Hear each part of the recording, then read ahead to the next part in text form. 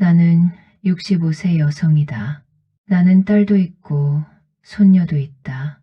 말 그대로 젊은 할머니가 된 셈이다. 주변에서는 내가 어느 정도 삶을 살아왔다가 느꼈는지 많은 조언을 구하곤 한다. 하지만 나도 이번 생은 처음이다.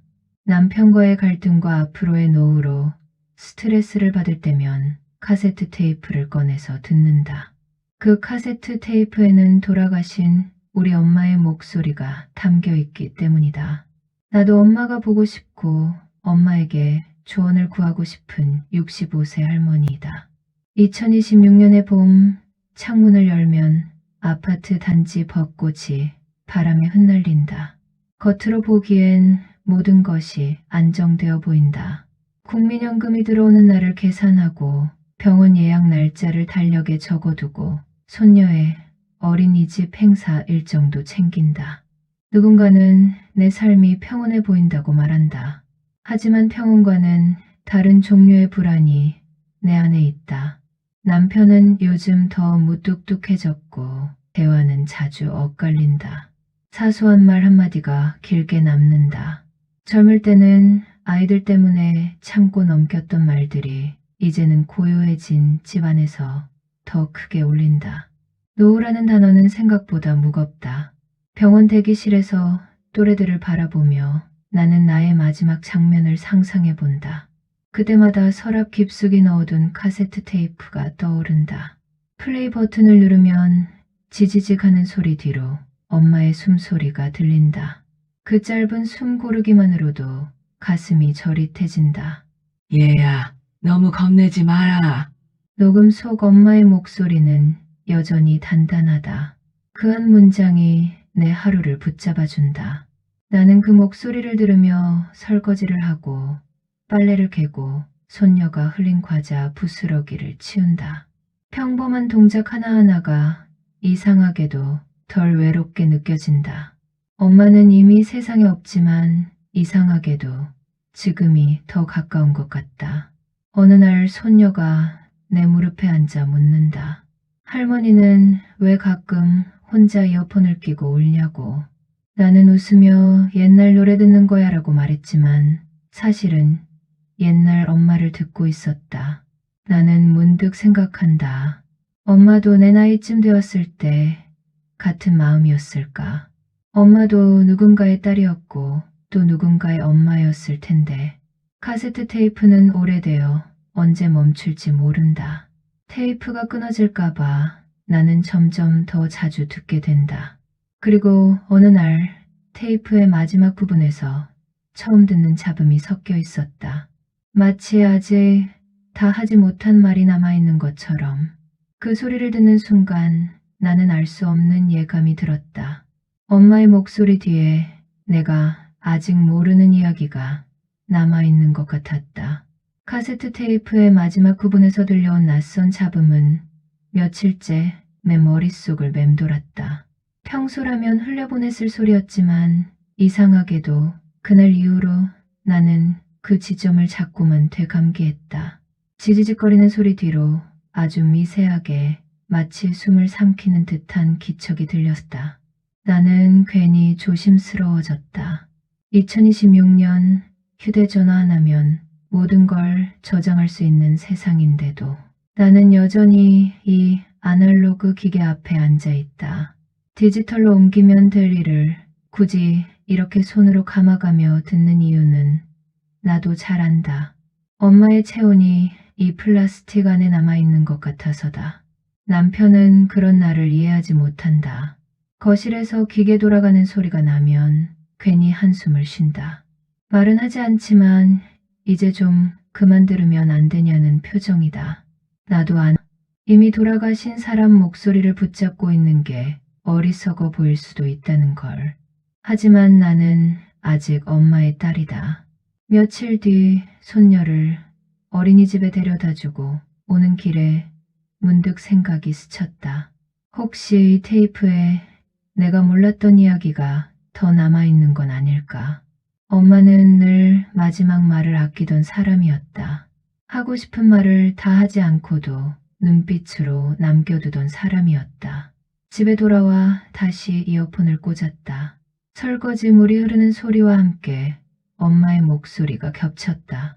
사람은 말이다. 그 뒤로 잠시 정적이 흐르고 다시 지직거림이 이어졌다. 그 문장은 항상 거기서 끊겼다. 나는 그 다음을 알고 싶어졌다. 엄마가 하려던 말이 무엇이었는지. 평범한 하루였다. 반찬을 만들고 냉장고를 정리하고 남편 약을 챙겨두는 일상. 그런데 그날따라 모든 동작이 의미를 가진 것처럼 느껴졌다. 혹시 엄마가 말하려던 게 이런 거였을까? 나이 들어도 누군가를 돌보며 살아가는 일의 가치 같은 것. 저녁에 딸이 전화를 했다. 회사 일로 힘들다며 하소연을 했다. 나는 한참을 듣다가 겨우 한마디를 건넸다. 엄마도 아직 배우는 중이야. 전화를 끊고 나니 가슴이 먹먹해졌다. 나는 딸에게 조언을 해주면서도 정작 내 마음은 여전히 엄마를 향해 있었다. 세대는 흘러가는데 나는 그 사이 어딘가에 멈춰 있는 느낌이었다. 그날 밤 나는 테이프를 끝까지 다시 들었다. 그리고 아주 희미하게 잡음 속에 묻이 낮은 음성을 들은 것 같았다. 분명 착각일 수도 있었다. 하지만 나는 확신했다. 엄마는 아직 말을 다 끝내지 않았다. 그리고 나는 그 말을 끝까지 듣기 전에는 이 테이프를 놓지 못할 것 같았다. 나는 결국 동네 전파상을 찾았다. 2026년에도 이런 가게가 남아있다는 게 신기했다. 오래된 라디오와 리모컨이 가득 쌓인 좁은 공간에서 사장님은 내 카세트 테이프를 한참 들여다보았다. 테이프의 필름이 조금 늘어졌고 끝부분이 닳아있었다고 했다. 복원이 가능하냐는 내 질문에 그는 잠시 망설이다가 조심스럽게 고개를 끄덕였다. 집으로 돌아오는 길 나는 이상하게 가슴이 두근거렸다. 혹시라도 내가 상상한 말이 진짜로 담겨 있다면 어쩌나. 엄마가 마지막에 남긴 문장이 내 인생을 바꿔놓을지도 모른다는 생각까지 들었다. 복원이 끝나기까지 일주일이 걸린다고 했다. 그 일주일이 이렇게 길 줄은 몰랐다. 나는 평소보다 더 부지런히 움직였다. 소녀의 머리를 묶어주며 웃고 남편의 셔츠를 다림질하며 잔소리를 삼켰다. 일상이 조금 더 선명해졌다. 마치 엄마가 어딘가에서 지켜보고 있는 것처럼. 복원된 테이프를 받아 들고 집으로 돌아왔다. 손이 떨려서 한참을 서랍 앞에 서 있었다. 플레이 버튼을 누르기까지 용기가 필요했다. 지지직거리는 소리 뒤로 익숙한 엄마의 숨소리가 흘렀다. 그리고 그 문제의 구간이 다가왔다. 사람은 말이다. 잠시 정적. 그리고 이전에는 들리지 않던 낮은 음성이 이어졌다. 기대, 곳이 있어야 산다. 나는 숨을 멈췄다. 그 뒤로는 더 이상 특별한 말은 없었다. 그저 일상적인 당부와 안부였다. 그런데 그 한 문장이 이상하게 마음을 흔들었다. 기댈 곳. 나는 그동안 누구에게 기대며 살았을까? 엄마가 떠난 뒤에도 나는 여전히 그 목소리에 기대고 있었다. 다음 날 아침 나는 평소보다 먼저 일어나 밥을 지었다. 김이 모락모락 오르는 밥솥을 보며 엄마의 부엌을 떠올렸다. 엄마도 이렇게 하루를 시작했겠지. 남편은 여전히 말수가 적었다. 하지만 나는 그 침묵을 예전처럼 날카롭게 받아들이지 않았다. 엄마의 문장이 머릿속을 맴돌았다. 사람은 기댈 곳이 있어야 산다. 나는 조심스럽게 말을 꺼냈다. 우리 이번 주말에 같이 산책 갈래요. 짧은 문장이었지만 오랜만에 먼저 건넨 제안이었다. 남편은 잠시 놀란 표정을 지었다가 고개를 끄덕였다. 그날 하루는 이상하게 가벼웠다. 손녀가 그린 그림을 냉장고에 붙이며 나는 작게 웃었다. 이 작은 집 안에도 서로 기댈 수 있는 순간들이 숨어 있다는 걸 이제야 조금 알 것 같았다. 주말의 산책은 특별할 것 없는 동네 공원이었다. 벤치에 앉아 지나가는 사람들을 바라보며 우리는 한동안 말이 없었다. 그러나 그 침묵은 예전과 달랐다. 불편함 대신 어색한 평온이 있었다. 남편은 조용히 말했다. 요즘 당신이 자주 우는 것 같아서 걱정됐어. 나는 대답 대신 고개를 숙였다. 그 한마디에 가슴이 저릿했다. 나는 그에게 기대지 못하고 혼자만의 이어폰 속으로 숨어 있었던 건 아닐까. 집으로 돌아오는 길 나는 엄마의 목소리를 떠올렸다. 엄마는 아마 이런 순간을 말하고 싶었던 것일지도 모른다. 거창한 해결이 아니라 같은 방향을 바라보는 작은 시간. 그날 밤 나는 처음으로 남편과 함께 테이프를 들었다. 남편은 엄마의 목소리를 조용히 들었다. 아무 말 없이 끝까지. 테이프가 멈추자 그는 한참을 가만히 있었다. 그리고 낮게 말했다. 어머니, 참 단단한 분이셨네. 그 말에 눈물이 났다. 누군가가 엄마를 기억해 주는 것만으로도 위로가 되었다. 나는 그동안 엄마를 나만의 상처처럼 품고 있었다.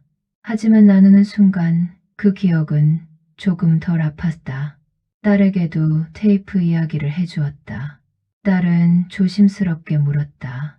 외할머니 목소리 나도 들어볼 수 있냐고. 나는 잠시 망설였다. 이 목소리를 내어놓는 순간 내 마지막 기댈 곳이 사라질까 두려웠다. 하지만 엄마의 문장이 다시 떠올랐다. 기댈 곳은 혼자만의 것이 아닐지도 모른다고. 딸과 손녀가 집에 왔다. 우리는 거실에 나란히 앉았다. 플레이 버튼을 누르는 순간 새 세대가 같은 숨소리를 들었다. 엄마의 목소리는 시간을 건너 우리를 감쌌다. 소녀는 무슨 말인지 다 이해하지 못하면서도 가만히 귀를 기울였다. 딸은 눈가를 훔쳤다. 나는 그 모습을 바라보며 이상하게 마음이 놓였다. 엄마는 사라진 것이 아니라 이렇게 이어지고 있었다. 테이프가 끝나고 손녀가 물었다. 할머니, 나도 나중에 녹음해줄래? 나는 웃으며 고개를 끄덕였다. 그 질문 속에서 나는 또 다른 시작을 보았다. 2026년의 겨울이 다가온다. 나는 여전히 65세의 할머니이고 여전히 엄마의 딸이다. 하지만 이제는 누군가의 기댈 곳이 되기 위해 조금 더 단단해지려 한다. 카세트 테이프는 서랍에 곱게 넣어두었다. 필요할 때 꺼내 듣겠지만 예전처럼 매달리지는 않는다. 엄마의 문장은 이미 내 안에 자리 잡았다. 오늘도 손녀를 안고 창밖을 바라본다. 아이의 체온이 따뜻하다. 나는 조용히 속삭인다. 사람은 말이야, 혼자서는 못 산단다. 그 말이 언젠가 이 아이의 마음속에도 남을지 모른다. 엄마가 그랬던 것처럼 나도 이제 누군가의 목소리로 남게 될 것이다. 그리고 언젠가 내 딸이 또 다른 불안 속에서 이 녹음을 꺼내 들을지도 모른다. 그때 나는 어떤 말을 남기게 될까?